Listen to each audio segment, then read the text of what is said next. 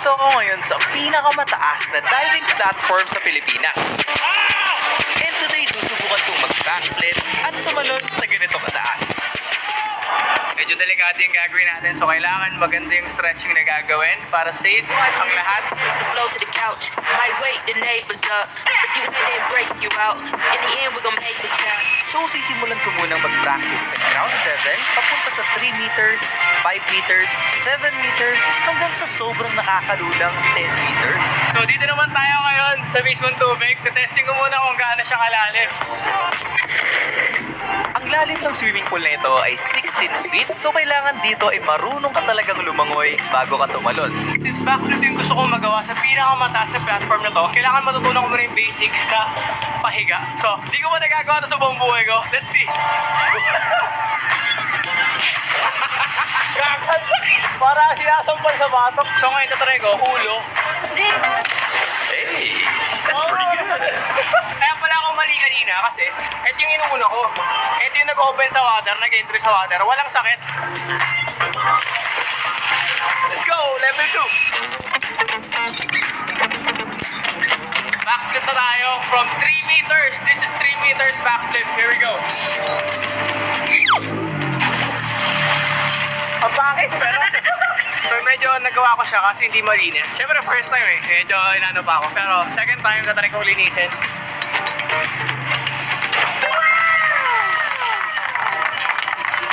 So 5 meters na to guys. 5 meters na to guys.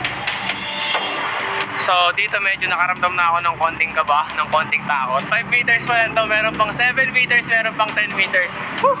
Apang lang.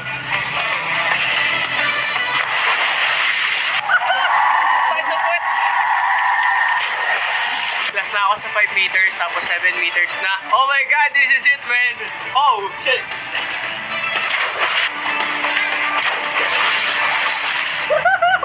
Guys, ang ganda na last ko.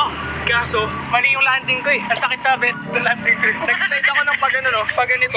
Nataptisan ng tubig yung yagballs ko. Kung grabe, nakakatakot na ng sobra yung 5 meters. 7 meters na ako ngayon magba-backflip. I don't know, actually medyo ano na ako. Kinakabahan na talaga ako na sobra. Pero, tatry ko labanan guys. Yun lang naman ang sekreto dyan eh. Labanan ng takot. Let's go. Grabe, nakakatakot dito. Simpleng talon lang hindi ko magawa. So 5 meters muna ako.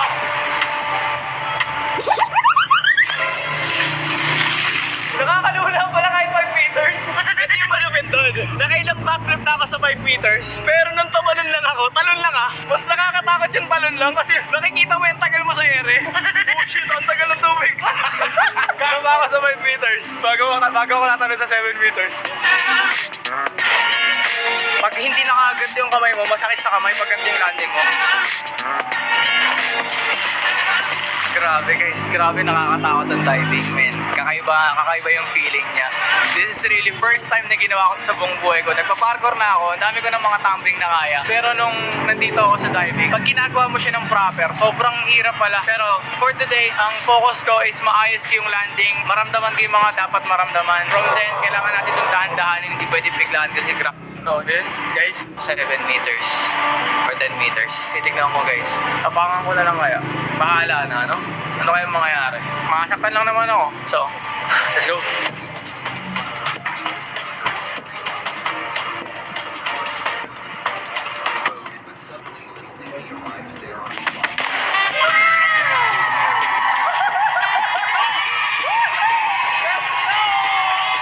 Nakakatakot talaga siya. Ang pinakasikreto rito, gawin mo kahit natatakot ka. Nakakatakot siya lalo pag nasa ere ka na. Para akong ang tagal ko sa ere. So, umakyat na ako ngayon sa 10 meters at dito talagang grabe na yung takot ko at di ko na alam kung kakayanin ko pa bang makatalon dito.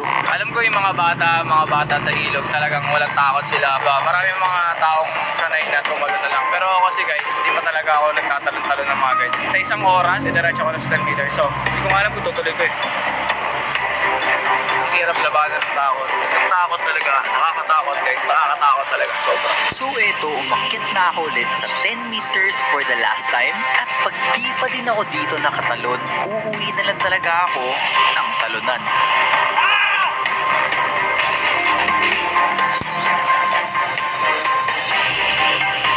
Tignan baby! Tignan to!